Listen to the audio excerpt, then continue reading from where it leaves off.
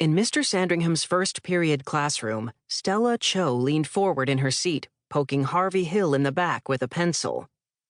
"Ow," Harvey said, turning around to look at her. "Did you just poke me in the back with a pencil?" "Of course not," Stella said innocently, slipping the pencil back into her sleeve. Stella was short for her age, with long black hair, 371 eyelashes, and a highly developed sense of curiosity. As lead reporter for the Strangeville School Gazette, she always had several writing utensils stashed about her person, just in case. Harvey narrowed his eyes suspiciously at her. He was tall for his age, with wavy brown hair, 372 eyelashes, and a highly developed sense of caution. As lead photographer for the Strangeville School Gazette, he was never without the old-fashioned camera hanging from a strap around his neck. Oh, and he also had wings. Yes, wings. What, have you not read the first book? "We should check out the Lost and Found box after homeroom," Stella told Harvey. "Get some pictures for the newspaper." "I don't know," Harvey said, tugging at his ear. "It sounds a little weird. I mean, why is it glowing? And what's the deal with it just appearing out of nowhere?" Stella shrugged. "It's just a box," she said. "What could possibly go wrong?" Harvey, who could think of at least 16 things off the top of his head that could go wrong, opened his mouth to reply.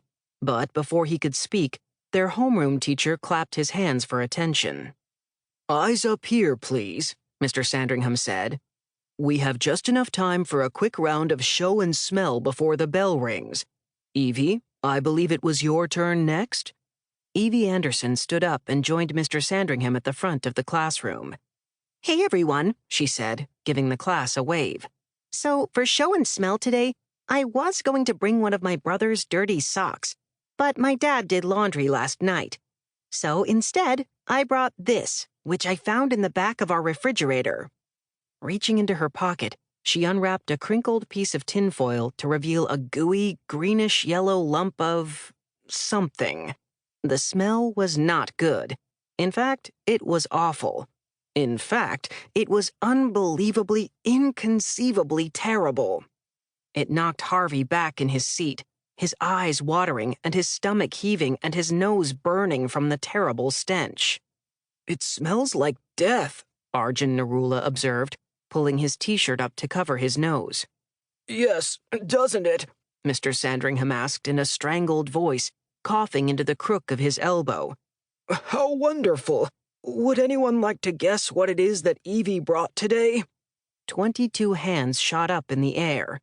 "Rotten sardines? Curdled cottage cheese? Expired coleslaw? Rancid baked beans?" Ooh, I've got it," Nicholas Flarsky said, bouncing up and down in his seat. "Is it a piece of stinking bishop cheese?" Stinking bishop, as everyone knows, is a soft, washed-rind cheese made from the milk of rare Gloucester cattle, matured in humid, cave-like conditions and sold primarily in the United Kingdom. It is not unusual for there to be spots of mold on the leather-like rind of stinking bishop, which is considered a delicacy by cheese enthusiasts worldwide. The cheese itself is an oozing, luscious paste with a surprisingly subtle, nutty flavor. But anyway, enough about stinking bishop. Let's get back to Harvey. He was turning slightly green around the edges. "Actually, I'm not really sure what it is," Evie admitted to the class. "But there's one way to find out." As the rest of the students watched in fascinated horror, Evie popped the lump of greenish-yellow something into her mouth and began chewing thoughtfully. After a moment, a strange look crossed her face. Reaching up, she spit the something back into her hand and held it up for the class to see.